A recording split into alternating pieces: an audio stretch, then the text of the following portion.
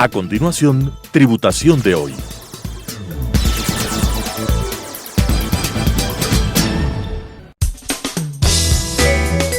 Clasificación A. Apto para todo público.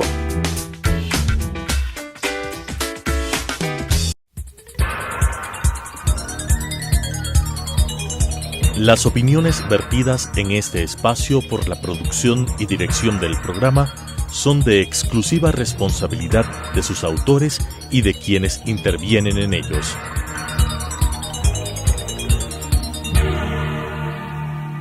Telesucesos Canal 29 UHF presenta Tributación de hoy, un programa destinado para los ciudadanos en su entorno fiscal para el Ecuador, con la conducción de la doctora Cristina Trujillo.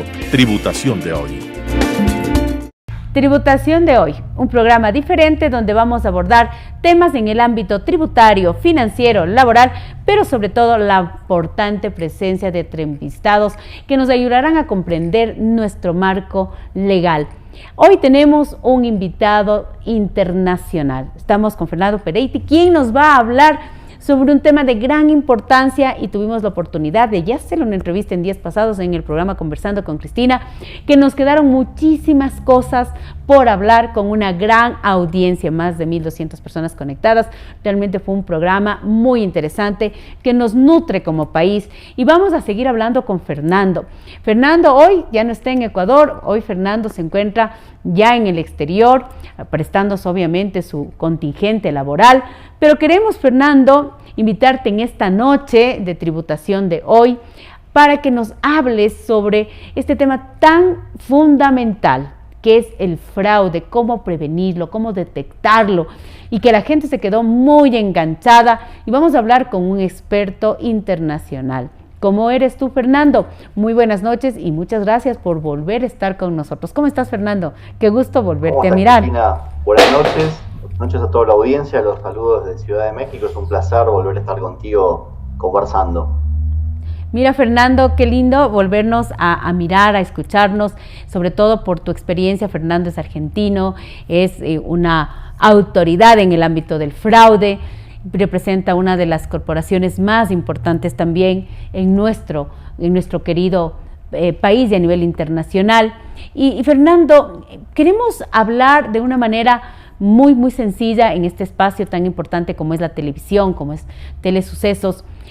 Y quisiera que retomemos con un concepto sencillo para todas las personas que en esta noche se están conectando. Rapidísimo, ¿qué es el fraude y por qué es importante prevenirlo? Y obviamente, si ya existe un tema de fraude, ¿qué es lo que tenemos que hacer? Fernando, muy buenas noches y bienvenido, como ya lo dijimos hace un momento. Cuéntanos un poquito para entrar en tema. Gracias, Cristina. Mira, voy a tratar de dar una definición muy sencilla y práctica respecto de qué es el fraude en el contexto laboral. Vamos a hablar de fraude cuando estamos en presencia de una conducta que tiene determinadas características particulares. En principio, es una conducta que ocurre de forma sutil, es una conducta que la persona que la comete busca ocultarla, precisamente porque sabe que lo que está haciendo es un incumplimiento, es una defraudación.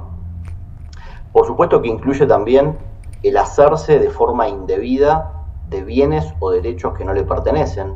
Vamos a hablar del fraude en el contexto laboral, por medio del cual una persona, que puede ser tanto empleado como un tercero, trabajando o en el contexto de negocios, de forma indebida se hace de bienes o derechos de la compañía, y lo hace de forma absolutamente pensada, planificada, y con los mecanismos como para poder ocultar esa maniobra. Por eso es tan difícil de detectar el fraude corporativo. Entendemos que hay muchas estadísticas a nivel internacional y todas tienen, de algún modo, comparten esta particularidad, que siempre vamos a hablar de estadísticas respecto de los fraudes detectados, porque hay una gran cantidad de los mismos que ocurren, que trascienden en la organización y que no sabemos qué está pasando hasta el momento que se detectan, con lo cual es un fenómeno que tiene un impacto muy grande en las empresas. Algunas estadísticas internacionales nos hablan de que el 5% de los ingresos de las compañías se pierden por culpa de maniobras relacionadas con fraude. Y en la región estamos, la verdad, que en una situación muy delicada. Tenemos un entorno y acá voy a hacer un poco una mezcla de dos situaciones que tenemos que atenderlas de forma paralela, que tienen que ver, por supuesto, con el fraude, como veníamos hablando, así como también con los hechos de corrupción, y voy a enmarcar los hechos de corrupción en todo lo relacionado a sobornos a funcionarios públicos, y lo voy a tratar, o voy a mezclar ambos temas, porque la solución para los mismos tiene una base común, que son los programas de integridad, los programas de compliance. En diferentes países se conocen con diferentes nombres, pero sí me gustaría contarles a nivel de estadística que, les decía antes, se conoce que el 5% de los ingresos de las compañías se pierden por culpa del fraude en las corporaciones. Por otro lado, en Latinoamérica estamos en un entorno donde la corrupción abunda. Cuando uno ve los índices de transparencia internacional, puede ver que la percepción de las personas respecto de sus mercados implican, excepto en las excepciones de Uruguay y de Chile, un contexto de corrupción bastante complejo para el desarrollo de los negocios. Por otro lado, empezamos a tener mucha legislación que empieza a regular a la persona jurídica, y empezamos a salir de los conceptos más clásicos que permitían de algún modo castigar, condenar a las personas que sobornaban funcionarios a través de la figura del cohecho activo y pasivo, y en este momento se empieza a mirar a la persona jurídica como un actor clave, y las leyes empiezan a regular y a sancionar a las personas jurídicas que están involucradas en hechos de corrupción. En la región ya tenemos leyes en Chile, en Brasil, en México, en Colombia, en Perú, en Argentina, en Ecuador, en Costa Rica, en Bolivia. Cada vez más, momento a momento que va pasando, aparecen nuevas regulaciones, y eso implica un escenario de gran cambio para las empresas a nivel regulatorio. Por otro lado, Cristina, te puedo contar que respecto del fraude corporativo, en BDO hicimos una encuesta global y local para Latinoamérica, y nos encontramos con cosas que nos llamaron bastante la atención. En el caso de Latinoamérica, vemos una estadística que nos preocupa bastante. El 81% de las organizaciones que participaron de esta encuesta ignoran el impacto del fraude corporativo en sus organizaciones. Solamente el 19% ha detectado o ha identificado esquemas de fraude durante los años de pandemia, durante los últimos tiempos que hemos vivido tan fuertes cambios.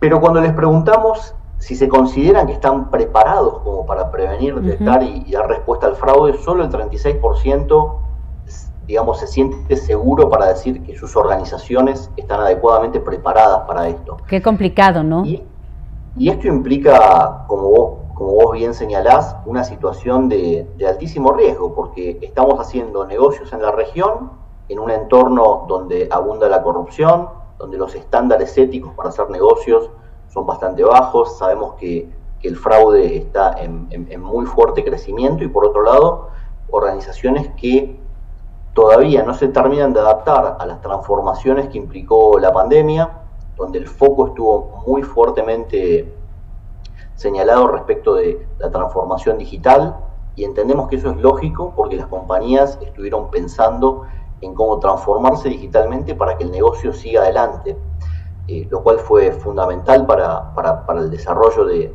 los negocios hoy. Pero lo que le faltó a eso es la mirada desde un punto de vista del riesgo de fraude, y hoy nos encontramos en un escenario donde las empresas están mucho más vulnerables que antes. Y tú acabas de decir algo, Fernando, que realmente a mí me parece bastante importante que se diga en esta noche. Ya comenzamos a tener una conciencia, un tema re fuerte sobre un marco regulatorio en el tema de fraude, y sobre todo en lo que son las personas jurídicas. Siempre lo habíamos enfocado en que el fraude está cometido específicamente por las personas naturales. Y otra de las cosas que tú acabas de decir, Fernando, y que realmente es importante para nosotros, es de que a veces uno se pregunta hasta que sucede el hecho, ¿y por qué no me di cuenta? ¿Por qué no estuve prevenido? ¿Qué pasó en la organización? ¿Qué pasó con las cabezas administrativas? ¿Por qué no se detectó el fraude? Y tú lo acabas de decir, no estamos preparados. Y otro de los puntos que resalto en lo que tú mencionas es cómo hacer negocios a nivel internacional, a nivel corporativo. Primero, si en un país no existen estas regulaciones en el ámbito legal, y segundo, si no existe una verdadera conciencia de implementar estos controles preventivos dentro de las organizaciones. ¿Cómo miras tú la experiencia que estamos viviendo o que vamos a vivir, o cómo nos ves ahorita nosotros como país, como Ecuador? Mira, sobre eso, Cristina, me gustaría compartir alguna información y reflexiones en la línea de lo que venía diciendo antes y mezclándolo un poco con la experiencia profesional. Te puedo decir que me sobra la cantidad de casos en los cuales compañías que sufren hechos graves de fraude a partir de ese hecho toman conciencia del riesgo y a partir de ahí empiezan a trabajar de forma mucho más integral para prevenir, detectar y poder dar una respuesta eficaz al fraude.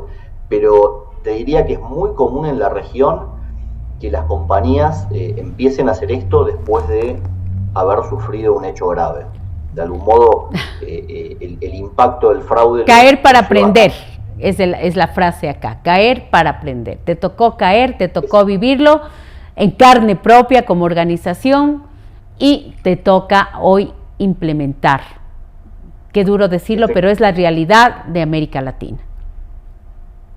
Efectivamente, Cristina, yo lo veo de esa forma y me toca conversar de ese tema con empresas, te diría a diario, y es un tema cultural que tenemos en la región que sigue ocurriendo. A nivel de impacto en sí respecto de las tipologías, lo que hemos visto es que creció muchísimo el fraude basado en breaches de ciberseguridad. Entonces, lo que está pasando ahora es que cerca de un 60% de los hechos de fraude tienen un componente de ciberseguridad presente. Wow. Y esto está muy relacionado con lo que yo decía antes. Nos transformamos digitalmente a pasos acelerados, la pandemia nos obligó a eso, y ahora tenemos que empezar a darle una mirada de seguridad a toda esa transformación digital, y muchas compañías están empezando a tomar conciencia de eso a partir de, como te explicaba antes, haber sufrido casos, que esos casos tienen en muchos casos impactos más que significativos. Pensemos que a nivel estadístico, cerca de la mitad de los casos de fraude tiene un impacto mayor a los $100.000 por caso. Wow. Entonces, qué alto. Estamos hablando de cifras que son realmente significativas, y cuando las empresas empiezan a poner eso sobre la mesa y evalúan el impacto de un caso de fraude versus el impacto de empezar a invertir para tener programas de integridad que les permitan de algún modo navegar esta nueva realidad de forma segura, digamos que la respuesta cae de maduro y de forma muy sencilla empiezan muchas compañías a tomar la decisión de invertir, porque realmente es una inversión a la cual le sacan provecho inmediato, te diría. Y es así, Fernando, porque tú acabas de decir algo interesante.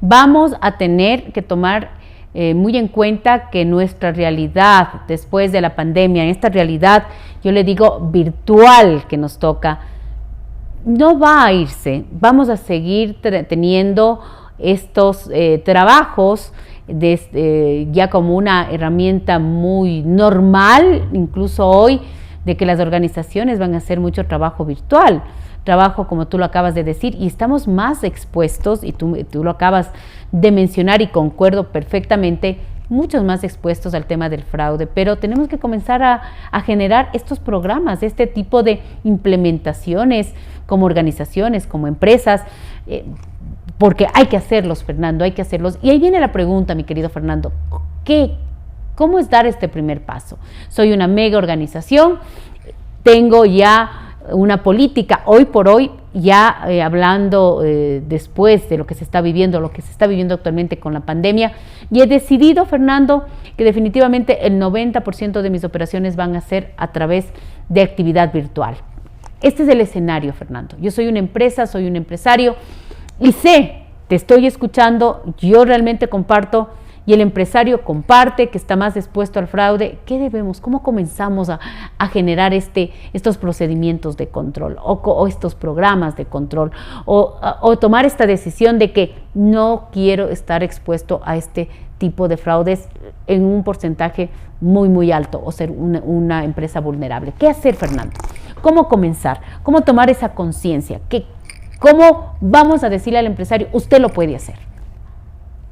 Mira, Cristina, respecto de eso, lo que te diría es, no debemos, o por lo menos mi sugerencia a las empresas es, no perder la calma, no pensar que este tipo de iniciativas son imposibles o que requieren inversiones millonarias y que toman años en poder llevarse adelante, sino todo lo contrario.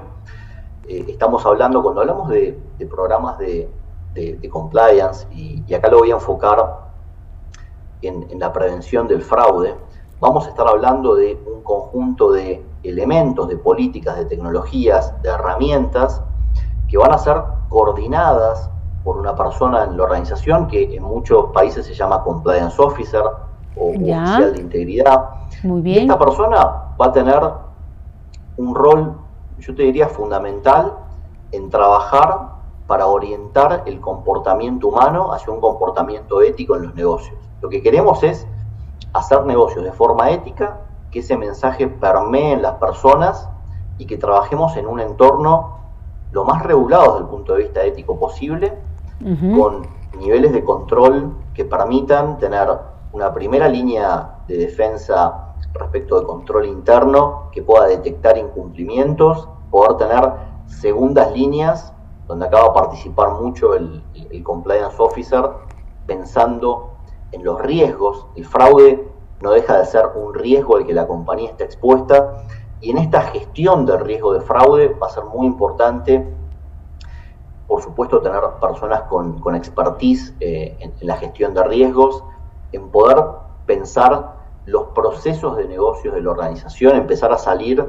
de los departamentos de las empresas y pensar en el trabajo de forma mucho más integral, como procesos que están encadenados, y poder sobre esos procesos hacer un análisis bien detallado de dónde están los riesgos de fraude en cada uno de ellos, y paso siguiente, empezar a tomar decisiones respecto del tratamiento de esos riesgos que identificamos, que van a ir en general muy de la mano de estar asociado a controles. Si tenemos un riesgo de que se cometa fraude en una circunstancia particular, por ejemplo, en determinados pasos de los procesos de compras, de recepción de mercaderías, de manejo del stock, etcétera, lo que vamos a hacer como organizaciones es poner controles que nos permitan medir si esas transacciones están de algún modo siendo ejecutadas de acuerdo a las políticas de la compañía, y por supuesto vamos a tener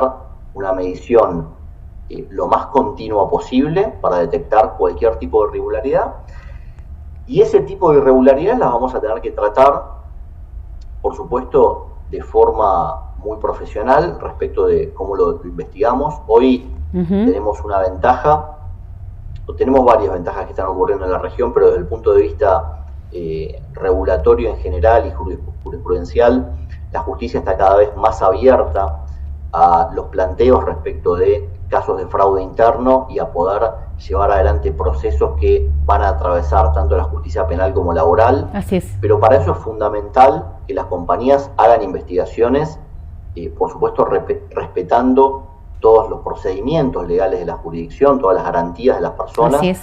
Y para esto es clave tener programas de integridad que tengan las políticas adecuadas, por supuesto poder tener una alerta temprana de los hechos, como yo te comentaba antes, a través de controles, pero fundamentalmente, ¿sabés que hay una herramienta, Cristina, que nos permite detectar alrededor del 45% de los casos de fraude que se cometen en el mundo, que son los canales de reporte, las líneas de denuncia? Ok, entonces, qué interesante, y esto es un tema que quería yo topar contigo, es el cómo, y tú acabas de darnos esta herramienta, y el cómo es lo que tú nos vas a explicar en este momento, que es la parte que yo creo principal que todo el mundo quiere escuchar, este cómo, y este cómo nos va a decir en este momento el experto Fernando, que es una de las personas con mayor representación para hablar de este tema de fraude. Fernando, explícanos esta parte muy, muy sencillo. Estos canales de reporte, ¿cómo se lo hacen? ¿Qué tenemos que hacer? Los canales de reporte son básicamente tecnologías que desde el punto de vista tecnológico en sí mismo son simples. Digamos que las personas van a ver a los canales de reporte como una multiplicidad de opciones para poder contarle a la compañía, dar un reporte de lo que están viendo, que puede ser o una sospecha de que está ocurriendo un incumplimiento, un fraude, un hecho de corrupción, etcétera, o puede ser, por supuesto, también la certeza de que está pasando y que la persona ya tiene evidencias de que esto ocurrió y lo quiere, por supuesto, también reportar. Entonces va a haber una multiplicidad de canales donde vamos a tener normalmente líneas de teléfono, correos electrónicos, vamos a tener servicios web, servicios de WhatsApp y diferentes canales que van a permitir que las personas puedan, de forma anónima, si así lo desean, emitir un reporte. Ese reporte va a viajar a un repositorio común administrado idealmente por compañías expertas para llevar adelante estos servicios. Estas compañías lo que hacen es hacer un análisis inicial de la denuncia, de ese reporte de la persona que haya emitido el informe, y hacen una derivación selectiva del caso a las diferentes personas de la organización que tienen que estar relacionadas con el hecho. Y esto requiere una inteligencia porque es muy importante cuidar ese reporte. Si hubiera personas implicadas de parte de la alta dirección de la empresa, hay que ser muy cuidadosos con la derivación, evitar que esa persona se entere.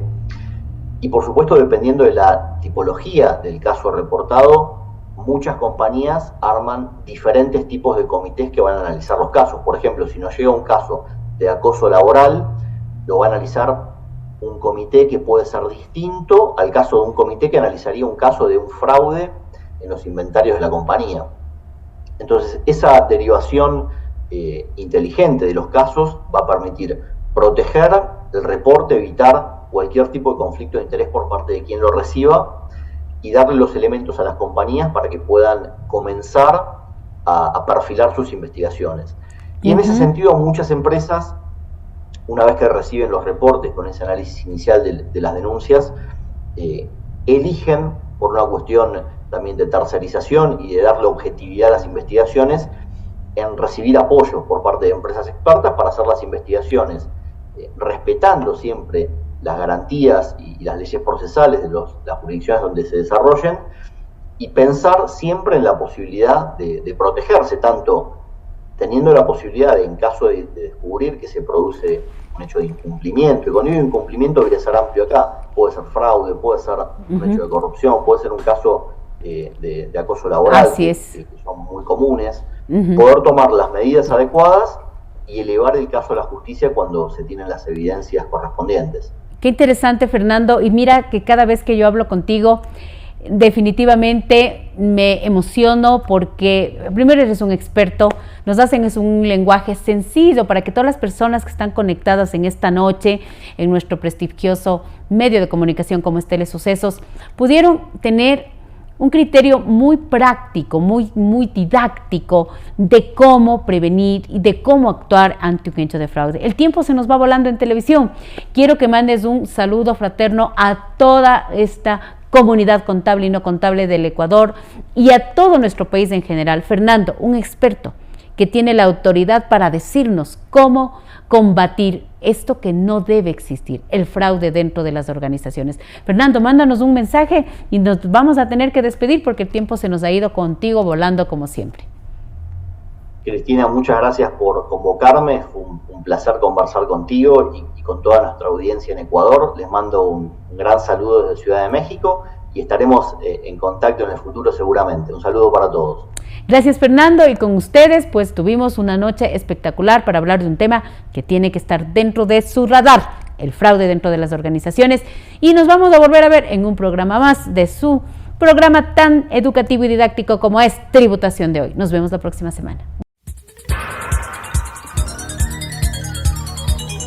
Las opiniones vertidas en este espacio por la producción y dirección del programa son de exclusiva responsabilidad de sus autores y de quienes intervienen en ellos.